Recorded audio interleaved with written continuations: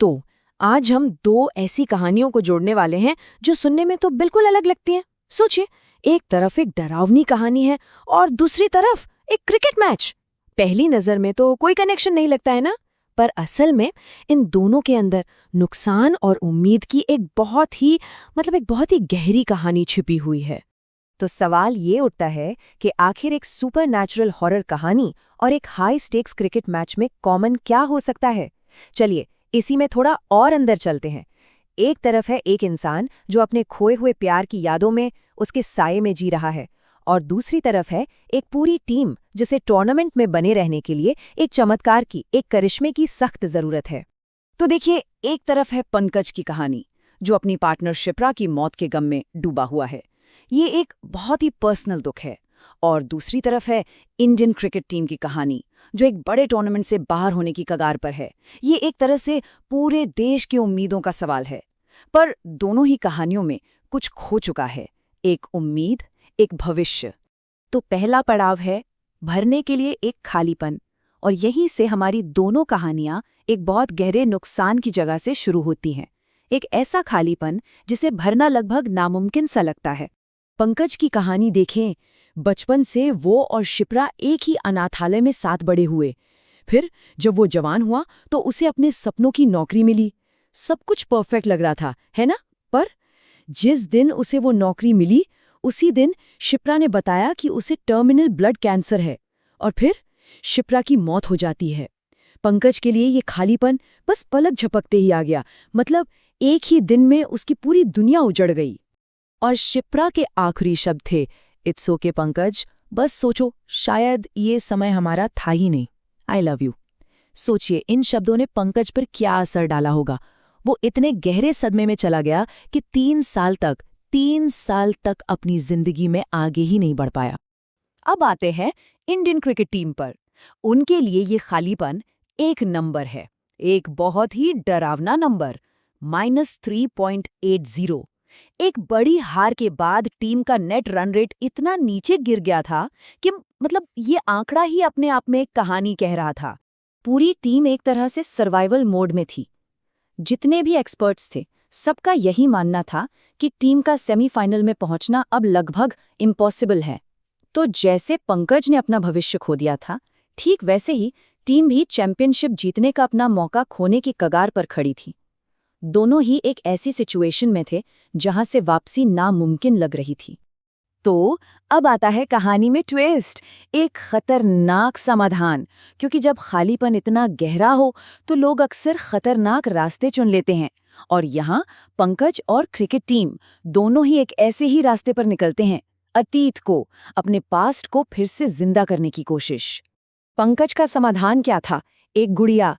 एक रहस्यमयी आदमी ने उसे एक सुपरनैचुरल डॉल दी और कहा कि ये शिप्रा की आत्मा से जुड़ी एक परछाई है। पंकज ने उस गुड़िया को अपना लिया। ये उसके लिए अतीत के प्यार की एक परछाई थी, और उसे उम्मीद थी कि शायद वो अपनी खोई हुई खुशी वापस पा सकता है। और टीम इंडिया का समाधान, वो भी एक भूत का पीछा कर रहे थे, कोहली का भूत। वो एक ऐसे नए खिलाड़ी को ढूंढ रहे थे जो पुराने हीरो विराट कोहली की तरह कोई चमत्कारी मैच जिताने वाली पारी खेल सके। और इस खोज में टीम अपने आज के खिलाड़ियों पर अतीत का एक बहुत बड़ा, एक ऐसा दबाव डाल रही थी जो शायद उन्हें तोड़ भी सकता था। पंकज को साफ साफ चेतावनी दी गई थी। एक नियम बताया गया था, तुम्हारा उससे दिल लगाना मना है। बिल्कुल सीधी और साफ बात। एक लक्ष्मण रेखा खींच की गई थी जिसे उसे पार नहीं करना था। और क्रिकेट टीम के लिए चेतावनी क्या थी? वो छिपी हुई थी, लेकिन उतनी ही भारी थी। सवाल जो हर कोई पूछ रहा था, कौन बनेगा अगला विराट कोहली? ये अपने आप में एक चेतावनी थी नए खिलाड़ियों के लिए, या तो लेजेंड बनो या फिर टीम का सफर यहीं खत्म समझो। अगला पड़ाव एक चेतावनी जिसे नजरअंदाज किया गया। अब दोनों के लिए आगे बढ़ने का जो रास्ता था वो कुछ बहुत ही सख्त और लगभग नामुमकिन से लगने वाले नियमों पर टिका हुआ था। पंकज को 3 साफ नियम बताए गए थे। पहला, गुड़िया को हमेशा अपने साथ रखना, वो कभी अकेली नहीं रह सकती। दूसरा, अगर वो अकेली रह जाए तो रात को 1 से 3 बजे के बीच घर के अंदर नहीं जाना। और तीसरा, सबसे जरूरी, उन 2 घंटों में एक राक्षसी आत्मा उस गुड़िया पर कब्जा कर लेगी। वो शिप्रा होने का नाटक करेगी, पर उससे दिल लगाना मना है। इन नियमों को तोड़ने का अंजाम बहुत भयानक होना था। और बिल्कुल इसी तरह टीम इंडिया के पास भी जिंदा रहने के अपने नियम थे। उन्हें सिर्फ मैच जीतना नहीं था, उन्हें एक स्टैटिस्टिकल मिरेकल, एक आंकड़ों का चमत्कार करना था। देखिए, अगर पहले बैटिंग करते हैं तो 300 से ज्यादा रन बनाकर 150-200 रन से जीतना होगा, और अगर पहले बॉलिंग करते हैं तो जिम्बाब्वे को 90 पर रोककर वो टारगेट सिर्फ 9 ओवर में चेज करना होगा। मतलब उन्हें कुछ ऐसा करना था जो लगभग नामुमकिन लगे। तो अब हम आते हैं अंजाम पर, 2 अंतिम भाग्य। जब इस तरह की नामुमकिन शर्तें सामने आती हैं तो क्या होता है? यहीं पर ये दोनों कहानियां अलग अलग मोड़ लेती हैं। पंकज का क्या हुआ? उसका पतन।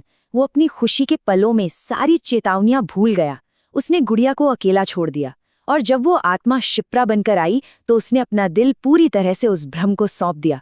फिर उसने उस आत्मा का असली रूप देखा, एक राक्षसी जीव जो छिपकली की तरह दीवार से चिपका था।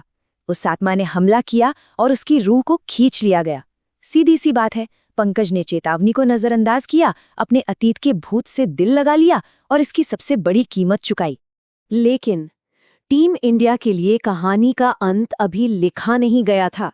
उनका नतीजा अभी बाकी था। उन्हें जज्बा दिखाना था, एक चमत्कार करना था, वरना बोरिया बिस्तर बांधकर घर वापस आना था। तो क्रिकेट की कहानी एक नतीजे पर खत्म नहीं होती, बल्कि एक चुनौती पर आके रुक जाती है, एक ओपन एंडिंग। तो ये दोनों कहानियां एक साथ क्या बताती हैं? एक तरफ है डरावनी कहानी जिसका अंजाम है एक आत्मा पर कब्जा, और दूसरी तरफ है क्रिकेट की कहानी जिसका अंजाम है एक चुनौती का इंतजार। सबक क्या है? एक कहानी में भूत का पीछा करना विनाश की तरफ ले गया, और दूसरी कहानी में वही भूत का पीछा करना प्रेरणा का, एक इंस्पिरेशन का सोर्स बन गया। ये हमें शानदार तरीके से दिखाता है कि अतीत का पीछा करने के 2 रास्ते हो सकते हैं। तो आखिर में सवाल यही बचता है, जब हम अतीत के भूतों का पीछा करते हैं तो हम असल में क्या कर रहे होते हैं? क्या हम उससे प्रेरणा ले रहे होते हैं, या फिर हम अपने ही विनाश को दावत दे रहे होते हैं?